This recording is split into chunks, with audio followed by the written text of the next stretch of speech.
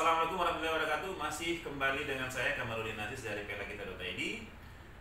Pada video yang kedua ini, saya ingin mendiskusikan tentang bagaimana perasaan seorang anggota DPRD Provinsi Sulawesi Selatan, Bapak Andi Irwan Hamid, yang juga punya pengalaman 2 periode di DPRD Kota Palopo, tentang sebagai peserta pemilihan legislatif 2024 mewakili Partai PKB. Pak Irwan, apa kabar? Ya, kabar baik. Iya. Nah, ini ngobrol lagi ini tentang tadi kita mulai dengan anggapan bahwa kenapa pileg kali ini begitu barbar, begitu sadis, dan begitu banyak melukai hati nurani tentang praktiknya yang disebut syarat money politik. Coba itu di Pak Irwan ini. Menurut bagaimana? Betulkah itu? Ya, jadi memang pileg kemarin 2024 ini luar biasa, jauh daripada yang kemarin-kemarin. Berbeda. Sangat berbeda dengan yang kemarin 2019. Ini luar biasa ini. Jadi masyarakat ini sangat masif ya, money politik dan itu levelnya baik tingkat pusat, provinsi maupun tingkat kabupaten kota. Ya. Masif itu maksudnya begini, bisa ditemukan dalam masyarakat. Ya. Jadi di depan mata. Jadi saya bilang, kalau yang lalu itu di DPRI 2019 itu sudah seperti ini polanya, dan cukup dengan pendekatan program. Ya, seperti kami yang lagi menjabat di DPRD provinsi, ya tentu kami mengutamakan dulu sentuhan programnya ada, ide-idenya, program yang dari pemerintah provinsi yang memang menjadi kebutuhan masyarakat, apakah dia kelompok tani, kelompok nelayan, atau ya bantuan rumah ibadah atau bantuan sosial lainnya. Itu yang kami andalkan untuk bagaimana bisa menarik simpati dari masyarakat. Dan selama ini saya 4 periode, 2 periode di Palopo, 2 periode di provinsi, dan memang seperti itu pola kerja saya. Iya. Kita ingin mengatakan ada motivasi untuk naik kelas ke DPR RI melalui Dapil 3 nih. Ya, Sosial 3 itu yang kemudian kita ingin memboyong ya tentang program, ide-ide ya tentang membangun daerah dan seterusnya. Ya. Tapi realitas yang ditemui tidak seperti itu ya. Jadi, tidak mudah. Jadi memang ini saya rasa teman-teman juga sama semua rasakan yang teman-teman yang ada di DPRD, baik di DPRD Kabupaten maupun di DPRD Provinsi yang maju pileg kemarin, bahkan incumbent pun dari anggota DPRD juga ya, mungkin dengan pola pendekatan program tidak belanja uang, tidak ampuni. Jadi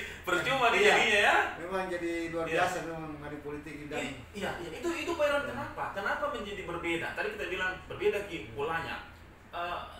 Apakah karena pesertanya kah, atau karena sistemnya kah, atau karena partai sendirinya? Jadi memang diawali sebenarnya dari peserta, yaitu calon anggota legislatif sendiri, karena biar juga masyarakat mau memilihkan uang, tapi kalau calon ini tidak memberi uang juga kan tidak mungkin.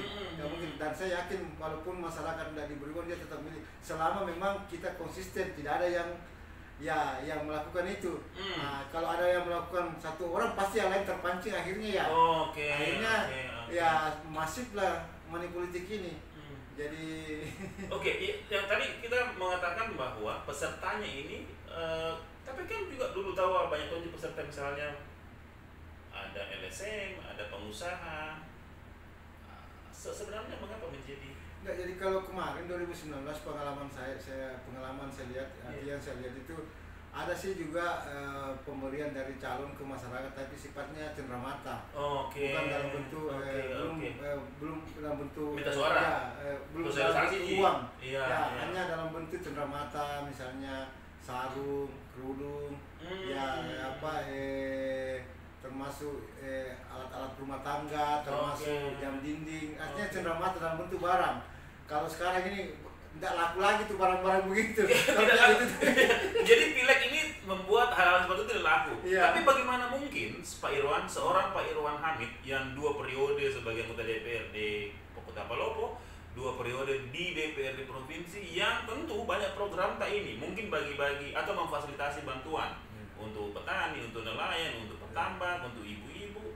Berarti kita ingin bilang itu tidak berlaku lagi juga. Jadi apa saya bilang, banyak sih program, dan memang adalah harapan kami melalui program. Misalnya saya salah satu kemarin saya membantu combine di kelompok petani wilayah.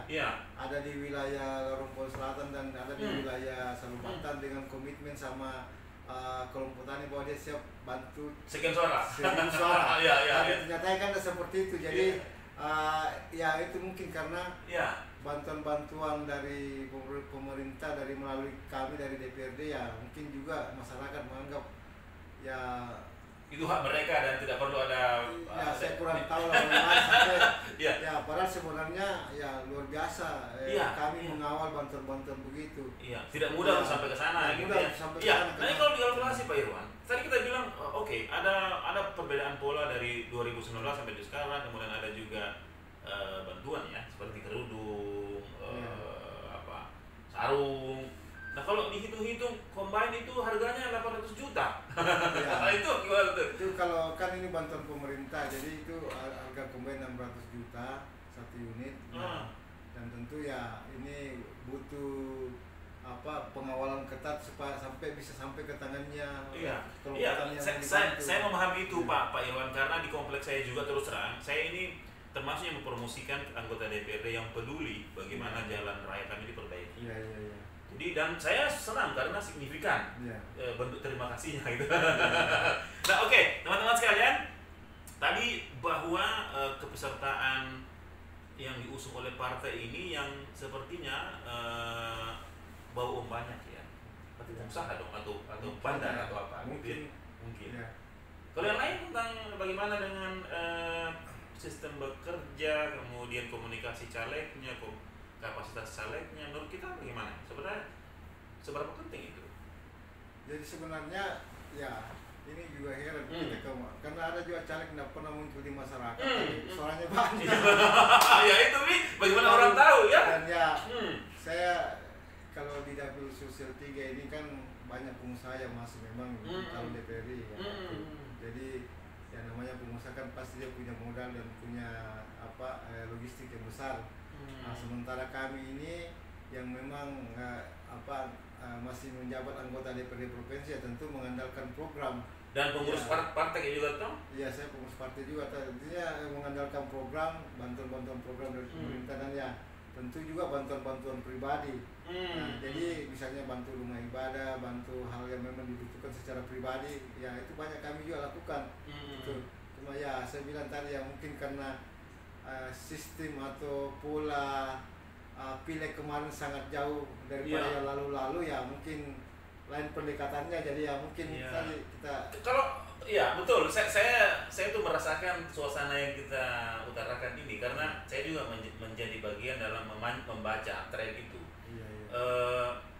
Banyak orang mengatakan tidak cukup dengan investasi sosial, tidak cukup dengan bantuan dari DPRD provinsi mengawal, tidak cukup juga, pasti ada tambahan lain. Tapi kalau ada caleg yang lolos karena uangnya tanpa kita pernah bertemu, bicara pun kita tidak tahu dia mampu atau tidak, itu kan persoalan ya. Itu. Nah, teman-teman sekalian, kita dengar sekali lagi Pak Irwan Hamid, anggota DPRD Provinsi Sulawesi Selatan dari Komisi C dan juga politisi PKB ya, partai yang lolos electoral parliamentary threshold-nya yang luar biasa, empat besar. Itu tentu sangat penting untuk kita cermati bagaimana memastikan bahwa harusnya pileg ini bisa betul-betul menjadi ajang edukasi publik untuk mereka bisa bertanggung jawab gitu ya. Nah, ini harapan ke depan kira-kira bagaimana mestinya ini pileg nanti kalau mau dijalankan lagi? Ya, saya rasa kalau kondisi ini masih seperti ini ke depan, ya bisa saja ya mungkin karena melalui kebijakan partai di pusat bisa saja ya kembali ke sistem lama nomor urut. Kita setuju itu. Saya rasa ya kalau itu lebih bagus Ya. lebih bagus Ya. ketimbang sistem sekarang yang Ya. kan paling ya tidak elok. Kalau misalnya ada caleg tidak pernah ditahu, tidak pernah dilihat, tapi dipilih karena persoalan ada pendapatan. Ya itu. Iya. Oke, terima kasih banyak Pak Irwan. Itu saya kira jawaban yang mengunci obrolan kita, bahwa memang selain keterkenalan, selain kompetensi, selain jejaring dan juga intens berkomunikasi ya dengan voters, itu saya kira memang apa ya istilahnya jaminan-jaminan bagaimana memastikan ke depan pileg ini harus menghasilkan perwakilan kita yang berkualitas gitu ya, Pak Irwan. Ya. Saya kira kita mendoakan semoga apa yang diharapkan Pak Irwan tadi, bahwa ya mungkin akan perbaiki sistemnya. Kita berdoa yang terbaik untuk kita semua. Pak Irwan, terima kasih banyak sudah berbagi pengalaman. Iya, sebenarnya